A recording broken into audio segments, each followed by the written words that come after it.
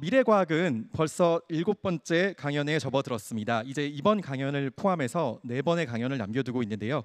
오늘은 미래하면 빼놓을 수 없는 주제입니다. 바로 기후변화에 대한 내용을 다룰 예정입니다. 자, 그러면 오늘의 강연자를 모실 시간입니다. 벌써 추워져서 이미 잊으셨는지도 모르겠습니다만 지난해 여름과 올해 여름은 우리 폭염에 시달리기도 했습니다. 항상 이런 이제 기후 변화를 겪을 때마다 이 과학 담당 기자분들께서 이분께 먼저 자문을 구한다고 하는데요. 멀리 포항에서 모셨습니다. 포스텍 환경공학부의 국종성 교수님, 큰 박수 부탁드리겠습니다. 네, 오늘 강연은 지구가 천천히 변할 거라는 기존의 그 관념과 달리 지구가 급격하게 변할 수 있다는 지구 변화 티핑 포인트에 대해서 소개할 예정입니다.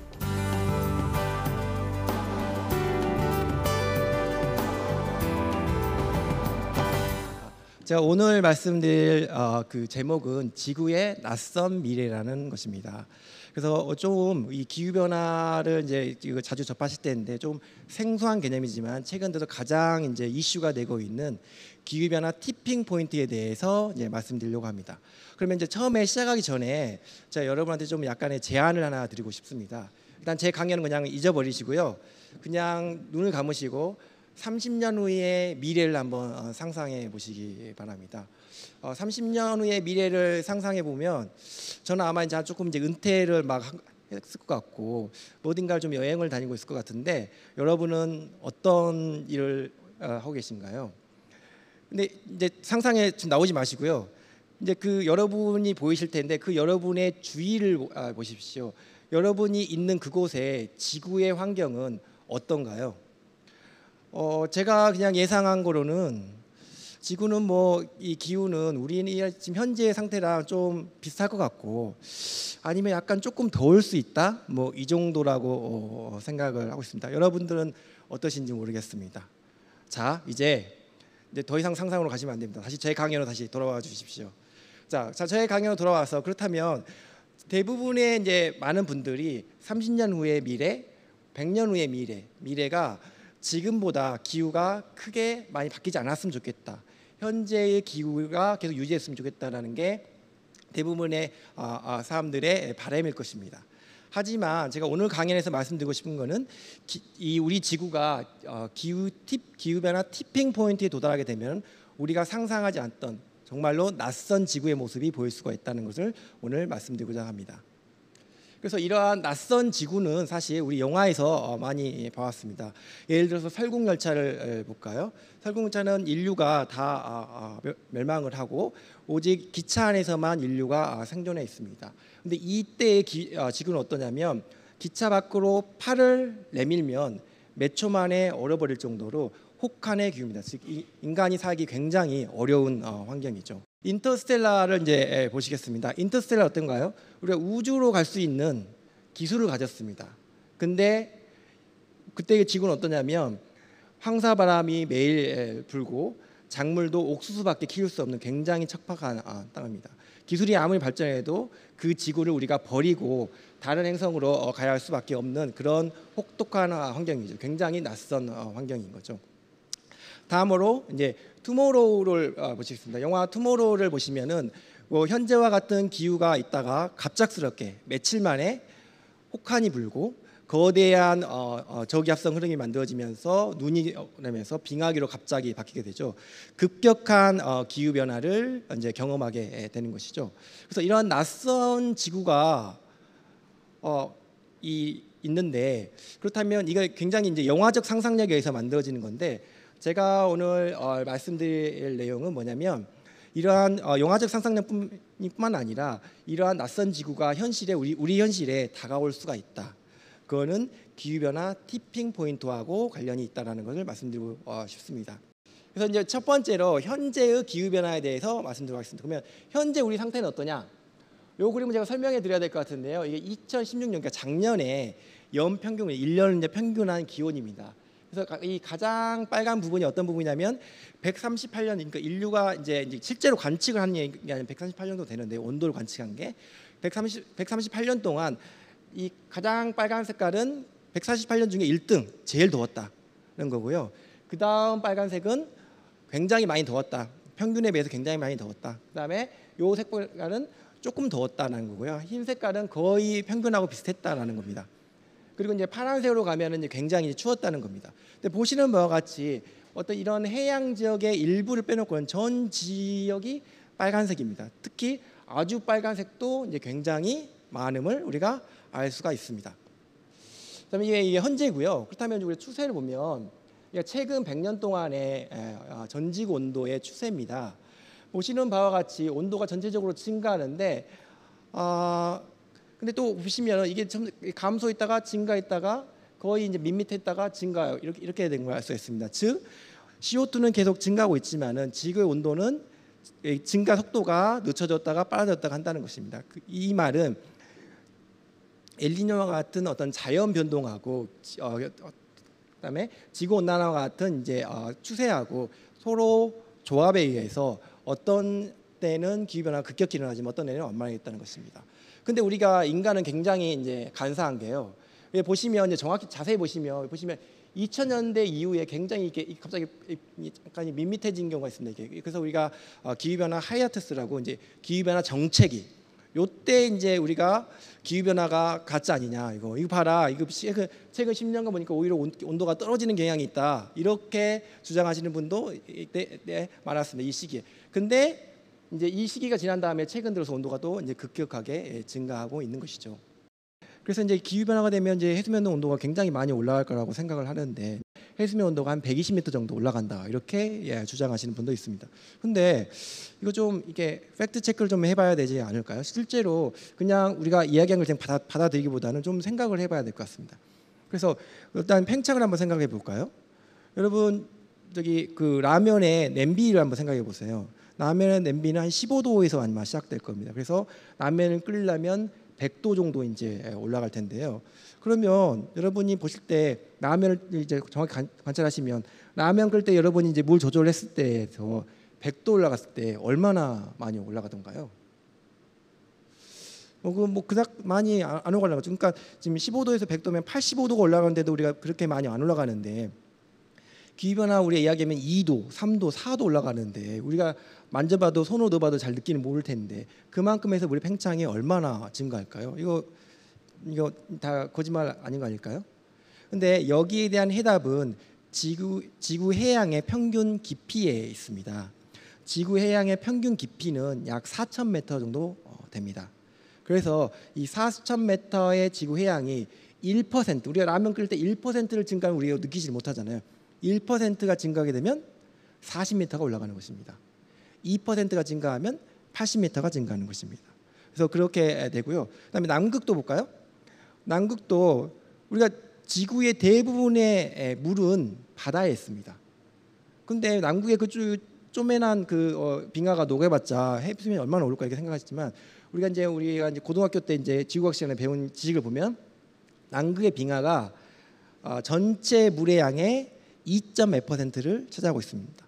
그렇기 때문에 남극의 빙하가 다 녹게 되면은 해수면 온도가 2% 올라가는 거예요. 즉 80m가 올라가게 되는 거죠.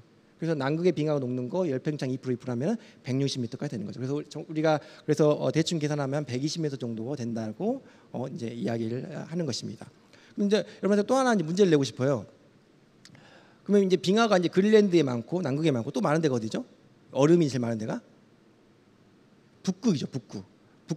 북극 얼음은 녹으면은 그러니까 북극 얼음이 정확히 얼마나 정도 있는지 모르는데 남극이 한 10분의 1 정도 있다고 치면 얼마나 올라갈까요? 북극의 얼음이 다 녹으면 아까 남극이 다 많이 올라간다 하면 다 녹으면은 한 80m 정도, 160m 정도 올라간다 그랬는데 10분의 1인 북극의 빙하가 녹으면 몇 미터나 올라갈까요? 굉장히 간단한 예, 맞습니다. 해수면 온도가 전혀 올라가지 않습니다. 왜냐하면 북극의 얼음은 물에 떠 있기 때문에 부력이 이미 균형을 이루고 있기 때문에 다 녹더라도 괜찮습니다. 그 예로 콜라잔에 얼음이 있는데 그 얼음이 다 녹더라도 콜라잔의 수위는 그대로입니다. 그래서 남극에는 별 영향을 주지 않는다. 이걸 이야기해드리고 싶습니다. 그럼 이게 이제 120m가 올라간다는데 이게 진짜로 현실 가능한 거야? 라고 이제 말씀하실 수가 있습니다. 그래서 우리가 이제 그 과거는 미래의 거울이기 때문에 지금보다 더웠을 때 말고 추웠을 때를 비교해 봤습니다. 이 그림 뭐냐면요, 이제 최근 빙하기인데요, 한 18,000년 전입니다. 그렇게 멀리 가지도 않습니다. 18,000년 전에 해수면이 지금보다 120m 낮았다고 합니다. 그래서 이 빨간색으로 표시된 부분이 그때 빙하기 당시에는 육지였던 부분입니다. 그래서 우리나라 지역을 좀 더 확대해서 보면은 이 서해에는 황해는 육지였죠. 그래서 전체 중국과 우리나라가 전체적으로 다 연결되어 있었죠. 그리고 이 시기에는 일본과 제주도가 더 이상 섬이 아니었습니다. 육지에 연결됐습니다. 그래서 그 연구자에 의하면은 이 시기에 이게 지금 그 구석기 시대인데요. 이 구석기 시대에 인류가 일본으로 이주했다는 하는 주장도 있습니다. 그래서 지금 말씀드린 바와 같이 이렇게 해수면 온도는 굉장히 이제 큰 폭으로 우리가 증가할 수 있다. 그거는 그 바다의 평균 깊이와 관련이 있다는 것을 말씀드리고 싶습니다. 그다음 기후 변화에도 우리가 또 실감할 수 있는 게 이제 뉴스에서 많이 나오는 내용인데, 이상 극한 기후가 이제 많이 증가한다는 것입니다. 그러니까 기존의 연구에 의하면 지구 온난화가 되면은 이상 기후의 빈도가 이제 늘어난다는 것입니다. 요 그림은 2014년에 전 지구적으로 나타났던 극한 기후 현상입니다. 보시면 이게 가뭄도 있고요. 그다음에 이제 더웠던 열파도 있고, 산불도 있고, 집중호우도 있고, 한파도 있고, 폭설도 있습니다. 그러니까 보시면 더 더워진 것과 가뭄이 굉장히 많이 발생했던 것을 알 수가 있습니다. 그래서 많은 연구들에 의하면 이러한 이상 기후가 인류 활동에 의해서 좀 더 강화되고 좀 더 많이 발생한다는 것을 이제 뒷받침하고 있습니다. 그런데 여러분, 제가 한 가지 이제 오해를 하지 마시라고 이렇게 분명히 말씀드리고 싶은 거는, 이러한 가뭄이나 열파, 산불, 이게 인간 활동이 이런 가뭄이나 열파나 산불을 만드는 게 아니다라는 것입니다. 인간 활동은 이러한 극한 현상이 일어날 수 있는 가능성을 높여주는 것입니다. 그래서 이 부분은 조금 이제 구분하셔서 이제 이해하시면 될 것 같습니다. 그럼 왜 이제 이런 이상 기후가 증가할까요? 지구 온난화가 되면 제일 첫 번째로 지구의 평균 온도가 상승합니다. 평균 온도가 상승하는데 그 상승과 더불어 이런 변동성도 강해집니다. 변동성이란 뭐냐면, 지구가 어떤 진자의 운동이라고 치면은 더울 때가 있고 추울 때가 있는데, 이 진자의 폭이 있습니다. 평균 온도가 상승한다는 건 이 진자의 축이 약간 이제 비틀어지는 거고요. 그 다음에 변동성이 강화된다는 것은 이 폭이 좀 더 커진다는 겁니다. 그래서 이 폭이 커지기 때문에 실적으로 보면은 이제 추웠던 거는 그렇게 많이 줄어들지 않고 지역적으로는 더 많이 늘어나기도 합니다. 하지만은 더웠던 이제 극한 열파들은 훨씬 더 이게 더 높아진다는 것이죠. 가능성이 더 높아지고 빈도도 강화된다는 것입니다. 그래서 이렇게 이제 극한 기후가 증가할 수 있다. 그래서 우리가 그걸 체감할 수 있다는 걸 알 수 있습니다. 이제 다음 이제 주제로 들어가서요. 이제 지구 온난화의 공범. 그래서 제가 이제 기후 피드백이라고 이제 이름을 지었습니다. 그래서 기후 피드백이 어떻게 지구 온난화를 가속화시키는지, 증폭시키는지에 대해서 이제 말씀드리려고 하는데요. 그래서 이 그래프는 과거 2000년 동안에 대표적인 온실가스의 농도 변화입니다. 그래 보시면 이제 이게 약간 엎어진 니은자 형태인데, 거의 변화가 없다가 급격하게 이제 산업혁명 이후에 급격하게 온도가 증가하는 것을 알 수가 있습니다. 근데 그래서 지금 이제 보시면 이제 지구 온도 올라가서 지금 이게 2015년까지 가면 이제 우리가 400 ppm을 이제 넘어섰는데요. 그러니까 여러분들이 이제 기뻐하실 것은, 여러분이 인류 최초로 이산화탄소 400 ppm에 살고 계십니다. 예. 그래서 지금 현재 아직까지 어떤 인류도 이 400 ppm 시대를 맞이하지 못했는데, 우리가 자랑스럽게 지금 맞이하고 있습니다. 그래서 그러면 이게 과연 인간 활동인지, 이게 뭐 그냥 이 곡선을 보고 알 수 있는데, 이거를 정성적으로 이게 그냥 이렇게 딱 이해할 수 있는 다른 그래프가 있습니다. 보시면 이 그래프는 세계 인구의 변화입니다. 보시는 바와 같이 CO2가 이렇게 증가했지만, 산업화혁명 뭐 이렇게 강조하지만은 인구 증가와 형태가 굉장히 유사함을 알 수 있습니다. 그래서 CO2의 증가가 인간 활동에 의한 것은 자명한 사실이다. 이렇게 말씀드릴 수가 있습니다. 자, 여기까지 이제 주범을 얘기했고요. 이제 그 다음에는 공범을 얘기해야 되겠죠.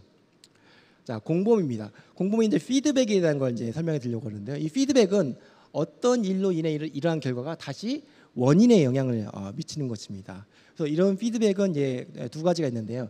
양의 피드백과 음의 피드백입니다. 그러니까 예를 들어서 제가 이제 이렇게 열심히 이제 강연을 하고 있는데 여러분들이 호응을 잘해 주시면 제가 힘이 나겠죠. 그러니까 더 열심히 이제 강연을 하겠죠. 이러면 이게 양의 피드백이 이제 되는 것입니다. 근데 제가 열심히 이제 강의를 하고 있는데 여러분 호응이 그렇게 좋지 않아요. 그러면 제가 이 열정이 떨어지겠죠. 이거는 음의 피드백이 되는 것입니다. 그래서 뭐 양의 피드백을 해주실 거죠? 예, 예. 그래서 이제 이 피드백에는 기후 피드백을 뭐냐는 거는 어떠한 강제력이 이제 주어졌을 때 이 강제력이 기후 시스템에 영향을 주게 되면 이 기후 시스템이 다시 반응을 줘서 다시 기후 반응을 이제 증폭시키거나 약화시킨다는 것입니다. 양의 피드백은 기후 변화를 강화시키는 거고요. 음의 피드백은 기후 변화를 약화시키는 겁니다. 그래서 가장 이제 우리가 이제 그 크기를 떠나서 가장 쉽게 얘기할 수 있는 이제 양의 피드백이 있습니다. 여러분 이제 여름에 우리가 이제 지구 온난화 때문에 덥잖아요. 자, 덥게 되면은 여러분 뭘 하시죠? 에어컨을 틉니다. 그죠? 에어컨을 틀게 되면은 에어컨이 실내 온도를 낮추지만 전체적으로는 에너지를 쓰는 거기 때문에 온도가 올라가게 됩니다. 이제 여러분 아파트가 이제 실외기가 이제 그 바깥에 있잖아요. 그죠? 근데 이제 제가 기후 변화를 생각한다고 해서 더운데도 불구하고 에어컨을 안 켰어요. 그래서 이제 기후 변화 좀 이게 이 포지티브 피드백을 이제 막아보고자. 근데 밑에 동에서 이제 에어컨을 킵니다. 그럼 어떻게 되죠? 실외기에서 이제 그 실내는 이제 그 시원하지만 밖에는 온도가 엄청나게 올라가게 되죠. 그러면은 그게 우리가 창문을 열잖아요. 더우니까. 그러면 그 더운 바람이 다시 위층으로 올라오게 됩니다. 위층 올라가면 제가 아무리 기후 변화를 강조하고 싶지만 이게 죽을 수는 없으니까 그래서 에어컨을 틀게 됩니다. 그러면 위층에서도 또 참고 있었는데 또 틀게 되는 거죠. 그래서 전체적인 아파트 동이 에어컨을 틀게 되는 거죠. 이것 또한 양의 피드백입니다. 그래서 양의 피드백이 또 다른 양의 피드백을 만드는 이런 복잡한 양의 피드백이 있다는 것입니다. 이런 인간 활동에 의한 거고요. 이러한 피드백이 기후 시스템 자체에도 있다는 것입니다. 그래서 만약에 기후 변화에 양의 피드백이 음의 피드백보다 강하다면 이산화탄소가 만들어낼 수 있는 지구 온난화보다 훨씬 더 그걸 증폭시켜 줄 거고요. 음의 피드백이 양의 피드백보다 더 강하다면 이산화탄소가 만들 수 있는 지구 온난화를 약화시켜주는 역할을 할 것입니다. 그런데 대부분의 기후학자들은 이러한 양의 피드백이 음의 피드백보다 강하다는 데 동의를 하고 있습니다. 그래서 이산화탄소가 직접 만드는 것보다 훨씬 더 지구의 온도가 더 많이 올라가게 되는 것이죠. 그래서 이제 그 양의 피드백의 마술인데요. 그래서 이제 이게 지금 어떤 이론적인 그림인데 이산화탄소의 복사 강제로만 하면 이게 우리가 750 ppm에 가더라도 약 1도 조금 넘는 이 정도 수준에서 온도가 올라간다고 합니다. 근데 이런 양의 피드백이 있게 되면은 이런 온도가 훨씬 더 증폭될 수 있는 거죠. 굉장히 양의 피드백이 강하면 10도까지 올라갈 수 있는 거고, 그 다음에 이제 약하면 이제 좀 올라갈 수 있는 거죠. 그래서 근데 이제 제가 말씀드렸지만 대부분의 기후학자들이 양의 피드백이 더 강하다고 이제 말씀드렸는데, 그러나 아직까지 이러한 양의 피드백이 얼마나 강할지, 이걸 기후 민감도로 가는데 얼마나 강할지는 아직 의견이 분분합니다. 그래서 뭐 이게 조금 증가할 수도 있고 또 많이 증가할 수도 있고, 이걸 이게 우리가 이야기할 기후 변화의 불확실성이라고 얘기합니다. 그래서 이런 양의 피드백이 굉장히 불확실하다 것입니다. 자, 이제 하이라이트로 가도록 하겠습니다. 자, 기후 변화 이제 티핑 포인트라는 건데요. 자, 티핑 포인트는 이제 뭐냐면요, 어떤 작은 기후 강제력에 대해서 기후 시스템이 조금씩 천천히 바뀌다가 어느 강한 순간에 어떤 지점에 딱 있으면 작은 충격이 굉장히 큰 변화를 나타낸다는 것입니다. 그래서 대표적인 예가 이게 동전을 이렇게 쌓아보면 이게 조금씩 이제 길어지다가 어느 결정적인 순간 동전을 마지막 하나 놨을 때 와르르 무너지잖아요. 요 지점을 티핑 포인트라고 하는 것입니다. 그래서 이제 우리가 이제 그거를 이제 기후 변화 측면에서 보면은 기후 변화가 이제 우리가 이제 이산화탄소가 증가하게 되면은 지구를 굉장히 이제 밀어내고 있습니다. 근데 밀어내지만 이게 계속 이제 증가하지는 않습니다. 우리 지구라는 것은 양의 피드백과 음의 피드백이 있기 때문에 양의 피드백과 음의 피드백이 균형을 이루면서 그래서 이제 변화하고 있습니다. 그래서 우리가 민 만큼 조금씩 이동하고 있습니다. 그래서 저는 이게 탁자에 있는 이제 컵이라고 이제 생각을 비교를 하는데요. 보통 이 컵이 있으면은 이걸 조금씩 밀립니다. 이 탁자를 우리가 밀어낼 때는 우리가 밀어내는 힘과 탁자의 마찰력에 의해서 그 위치가 결정됩니다. 그래서 천천히 밀면 천천히 이제 접근하게 됩니다. 근데 우리가 밀다가 탁자의 끝에 도달하게 되면은 더 이상 이 천천히 반응하지 않죠. 어느 순간 되면은 갑자기 떨어져서 됩니다. 그래서 이게 떨어지면 동시에 이게 바닥으로 떨어지게 되면 그러면 새로운 균형이 만들어지게 됩니다. 그래서 기존의 균형이 무너지고 새로운 균형이 만들어지는데 이 기존의 균형과 새로운 균형 사이를 만들기 위해서는 굉장히 급격한 변화가 발생하는 것이죠. 그래서 티핑 포인트는 기후 변화가 됐을 때 현재의 기후에서는 양의 피드백과 음의 피드백이 균형을 이루고 있는데 어느 지점의 순간이 되면 그 균형이 와르르 무너져서 새로운 균형이 만들어진다. 새로운 균형이 만들어진 순간까지 급격하게 기후가 변한다. 이 지역을 티핑 포인트로 갑니다. 사실 이 티핑 포인트는 경제학에서 나온 개념인데 수학적으로 굉장히 잘 정립된 개념입니다. 보시면 수학적으로 보면요, 여러분 이제 우리가 중학교 때 2차 방정식 풀잖아요. 2차 방정식 풀면 해가 몇 개죠? 2개입니다. 두 개죠. 근데 이제 우리가 이제 기후를 시스템을 이해한다는 것은 수천만 개의 미분 방정식을 푸는 겁니다. 그래서 우리가 지금 살고 있는 지구는 그 미분 방정식의 해입니다. 근데 이 해가 하나만 있는 게 아니고 굉장히 여러 개 존재합니다. 근데 우리가 우연인지 모르지만 우연인지 필연인지 어느 특정한 한 해에 존재한다는 거죠. 우리가 이렇게 움직이면 그 한 해에 존재한다는 것입니다. 근데 이게 어떠한 상황이 되면 이 해가 다른 해로 옮겨갈 수가 있습니다. 마치 이런 것 같은데 이런 현재 기후에 어떤 해가 있고 다른 해가 있습니다. 그래서 우리가 밀어내게 되면은 우리가 이제 밀어내는 힘이 없어지면 다시 복귀하게 됩니다. 이런 식으로. 근데 이 밀어내는 게 과도하게 밀어내면 요 점, 그러니까 이쪽으로 갈 수도 있고 이쪽으로 떨어질 수도 있고 그래서 더 밀게 되면 다른 해로 가는 거죠. 다른 균형이 만들어지는 거죠. 이게 우리가 얘기하는 낯선 미래라는 것입니다. 수학적으로 잘 정립되는 개념이라는 것입니다. 그러면 이 티핑 포인트가 왜 중요하냐? 아시겠지만 이 신기후 체제라고 파리 협약이 이제 이루어졌습니다. 파리 협약의 이제 중요한 내용은 뭐냐면 이 196개국이 이제 참가해서 기후 변화를 완화하기 위해서 우리가 이제 이런 약속을 지켜 나가겠다고 이제 약속을 한 겁니다. 최근에 미국의 트럼프 대통령이 이 약속을 이제 이게 저버렸지만요. 아무튼 이제 그래서 거기에 이제 키 포인트는 뭐냐면 지구 온도를 2도 되도록이면 1.5도까지 제한하겠답니다. 그럼 왜 2도고 왜 1.5도냐? 그건 일부 과학자들이 이 2도가 되면은 기후 변화의 티핑 포인트가 올 가능성이 있다. 그래서 그런 대재앙을 막기 위해서는 2도 밑으로 낮추려는 노력을 해야 된다라는 것입니다. 그래서 이제 최근 들어서 이제 기후 변화 티핑 포인트라는 개념이 굉장히 이제 부각되고 있는데요. 그래서 이제 우리가 보면은 현재 우리가 이제 그러니까 뭔가 낙관적 관점입니다. 낙관적 관점은 현재 우리가 있고 1.5도, 2도 올라도 티핑 포인트 저 멀리 있다. 그렇죠? 그래서 여기 있어도 온도가 이렇게 어느 정도 이제 천천히 변할 것이다. 이게 낙관적 관점입니다. 근데 비관적 관점은 보시면 현재가 여기 있고 1.5도, 2도 있는데 티핑 포인트가 여기 있다는 거죠. 그렇기 때문에 우리가 조금만 더 증가하게 되면은 이렇게 급격하게 증가하게 된다는 거죠. 온도가. 그래서 현재 이 온도가 올라갈 수도 있고 아니면 다시 투모로우처럼 다른 세계로 갈 수도 있게 되는 거죠. 그리고 이제 중요한 건 뭐냐면 이걸 다시 우리가 이제 회복한다고 해도 이게 바로 되돌아오는 것이 우리가 이런 형태로 변했지만 이런 형태로 회복하는 게 아닙니다. 다른 형태로 다시 회복을 한다는 것입니다. 그래서 회복하는데 굉장히 많은 시간이 걸릴 수 있다라는 것입니다. 그래서 저한테 이제 우리가 그러면 어디 있는 거냐라고 물으신다면 저의 대답은 잘 모르겠답니다. 하지만 이것과 이거의 가장 쉬운 대답이죠. 이것과 이거의 중간쯤에 있지 않을까 이렇게 생각을 하고 있습니다. 그러면 이제 이 티핑 포인트가 어떻게 발생했느냐? 이제 예시를 한 게 그 투모로우라는 이제 영화입니다. 이 투모로우라는 영화는 이제 기후가 변하다가 갑자기 이제 빙하기로 하는 건데요. 이거에 대한 메커니즘이 어떻게 되느냐? 근데 이걸 설명하기 위해서는 현재 기후를 우리가 좀 이해할 필요가 있습니다. 여러분 현재 겨울철에 유럽을 가보시면 우리나라는 굉장히 추운데 유럽은 겨울인데도 불구하고 굉장히 따뜻합니다. 그래서 왜 따뜻하냐면 이 멕시코 만류라는 이 따뜻한 난류가 유럽까지 이게 대서양을 거쳐서 유럽까지 가기 때문에 따뜻합니다. 그럼 멕시코 만류가 왜 생기느냐?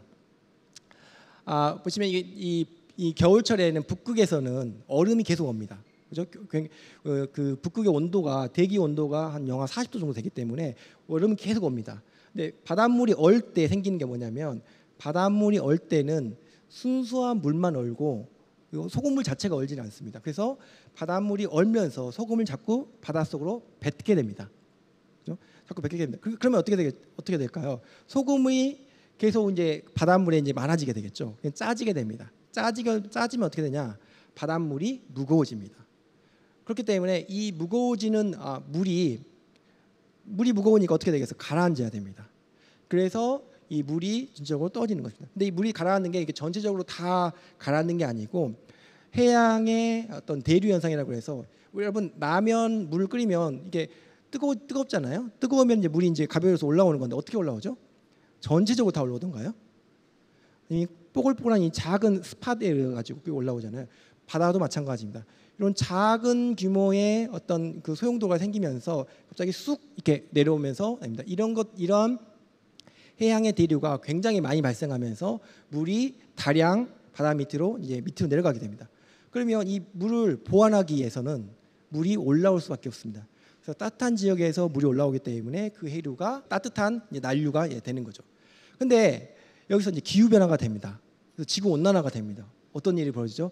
얼음이 많이 얼어야 되는데 많이 얼지가 않습니다. 그렇기 때문에 소금물 거기 그 지역의 바닷물이 짜져야 되는데 짜지지가 않습니다. 무거워져야 되는데 무겁지가 않습니다. 그래서 물이 내려가지가 않습니다. 내려가지가 않으니까 따뜻한 물이 올라오지 않습니다. 어느 순간 이제 육지에서 이제 담수가 많이 내려오면 녹으니까 얼음이 녹으면 담수가 내려오면서 이 해전이 역전되기 시작합니다. 이게 그냥 굉장히 있을 수 있죠, 과학적으로. 그리고 이런 것들이 정말 실제로 존재할까라는 걸 이제 의심을 품을 수가 있을 거예요. 근데 이제 조금 과장되게 돼 있지만 사실 지구에 이런 일이 있었던 적이 있었습니다. 그게 이 영화를 얘기한 건 영거 드레스라는 기간이 있습니다. 영거 드레스라는 기간이 있는데 이 기간에 그런 일이 벌어졌습니다.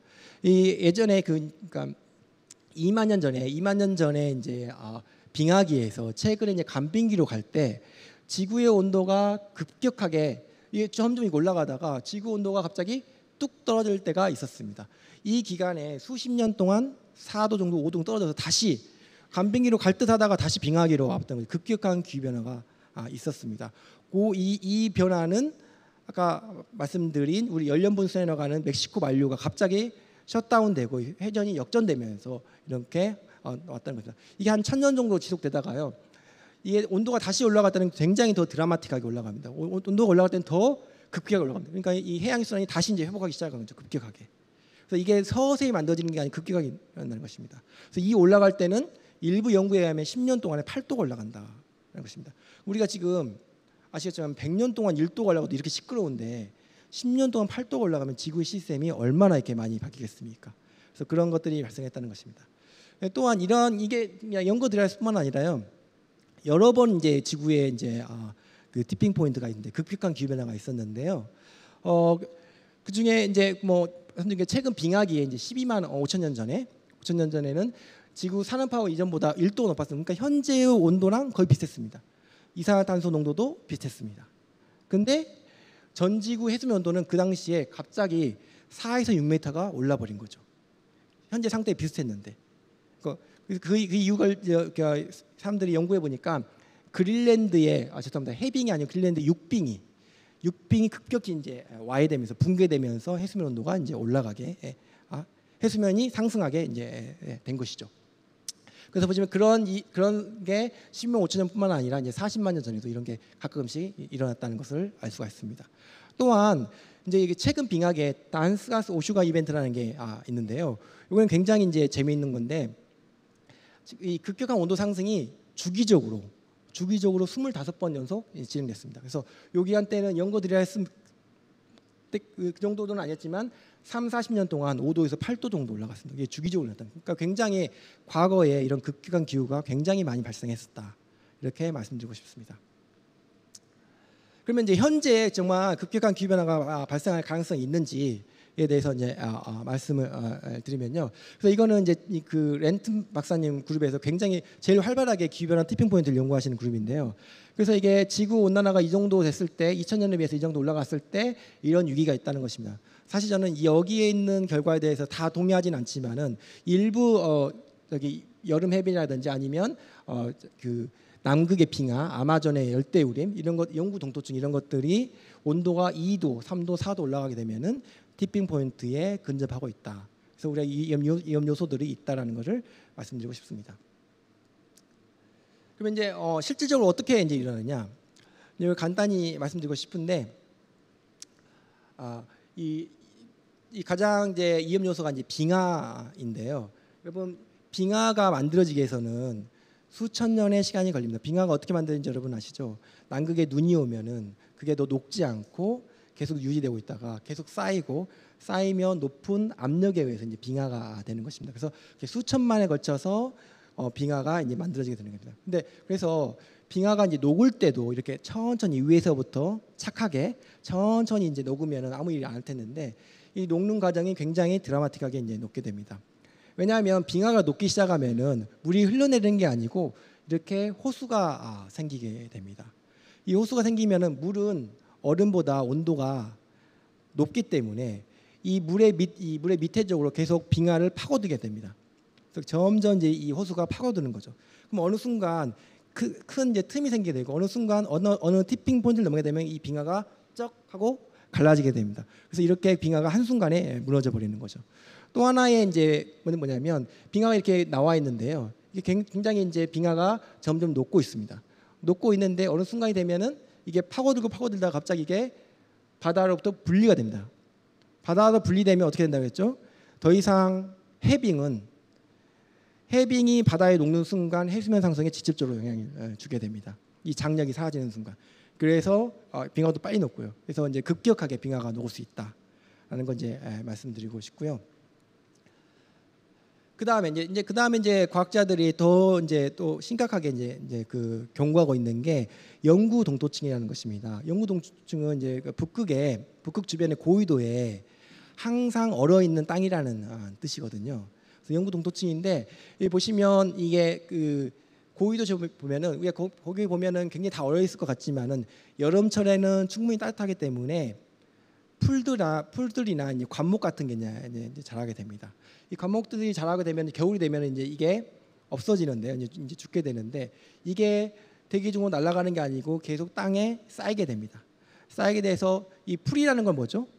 풀과 이게 나무라는 거는 탄소의 집약체거든요. 그러니까 이런 풀들이 탄소를 계속 모아주고 있는 거예요. 그게 썩으면서 이제 이산화탄소 되고 메탄이 이제 되는 것입니다.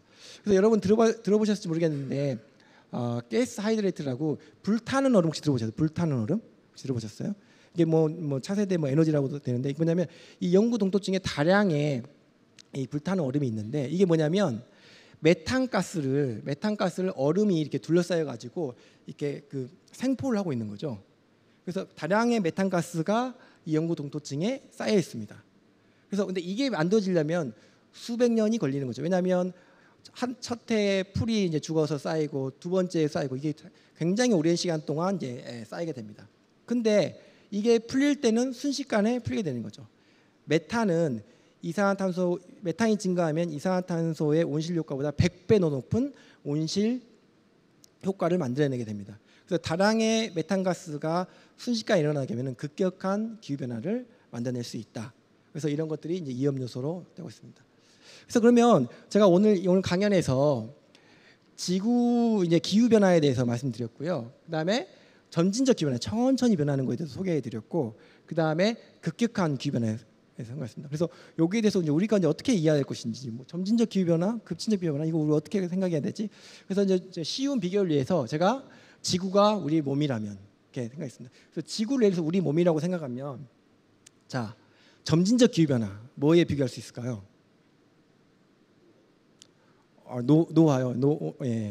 노화로 할 수도 있고요. 저는 그냥 제 상상력에서는 비만이라고 생각합니다. 예. 자, 뭐 대부분이 그런 건 아니지만 여러분 이제 비만은 뭐 어떻게 생기죠? 그러니까 운동을 안 하고 이 생활 편의적으로 생활하게 되고, 그다음에 인스턴트, 그러니까 편하기 위해서 인스턴트 이제 그 음식을 많이 먹게 되고, 그렇게 되면 이제 비만이 생기게 됩니다. 점진적 기후 변화도 그렇게 생긴 거라고 생각합니다.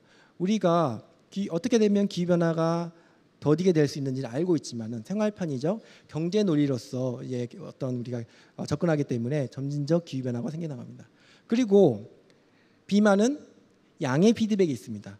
한번 비만이 되면 움직이기가 힘드니까 운동도 덜하게 되고 또 더 많이 먹게 되고, 그러니까 더 비만이 더 강화되는 거죠. 양의 피드백이 있습니다. 점진적 기후 변화도 양의 피드백이 있습니다. 그리고 비만이 되면 어떻게 되나요? 좀 불편해지죠.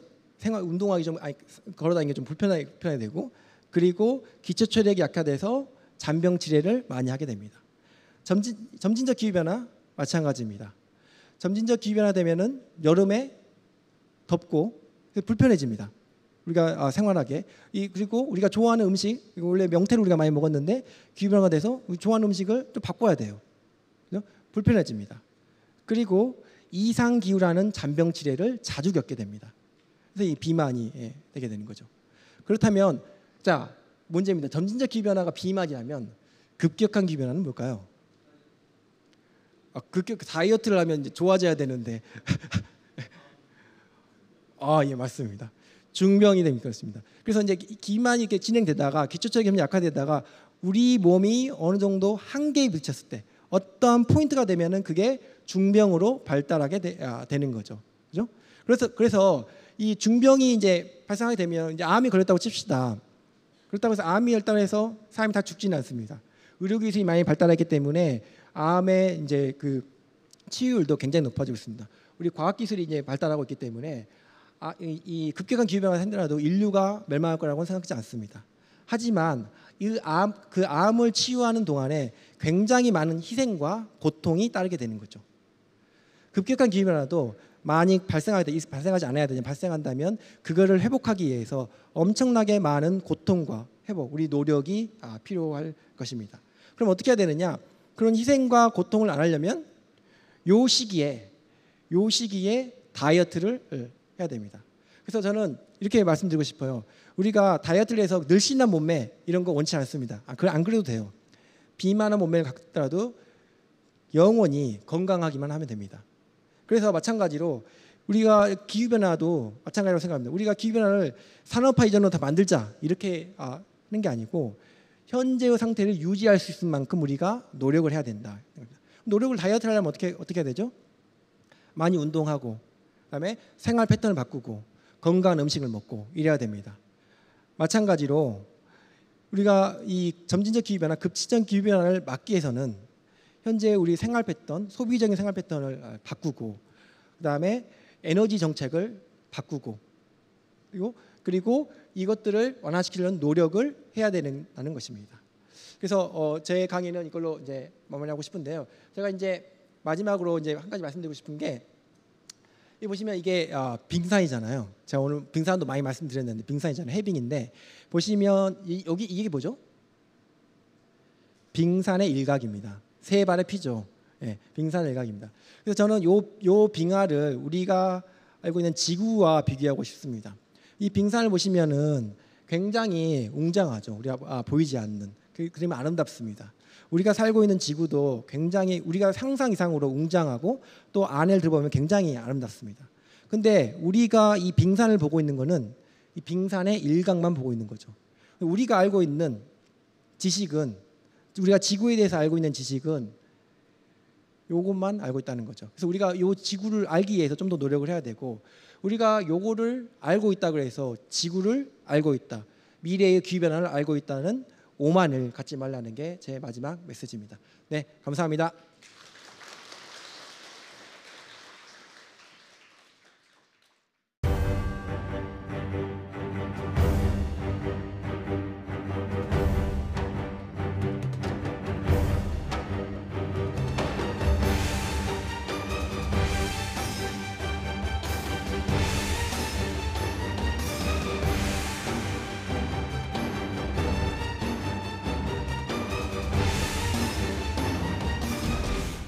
한결같을 줄만 알았던 우리 지구의 미래의 모습이 정말 저희의 생각과는 다를 수도 있다는 점에서 정말 우려가 되기도 하는 그런 좋은 시간이었던 것 같습니다. 다음 주부터는 2주에 걸쳐서 우리 과학도들이 평소에 가장 관심을 갖는 주제라고 하는 우주에 관한 이야기가 펼쳐질 예정입니다. 바로 다음 주에는 이 경희대학교의 이정은 교수님께서 지구 탈출 계획 화성에서 살아남기라는 주제로 강연을 해주실 예정입니다. 많은 기대 부탁드리겠습니다. 저도 조금 더 노력을 해서 다음 주에 이런 재밌는 주제와 함께 돌아오도록 하겠습니다. 지금까지 김근수였습니다. 감사합니다.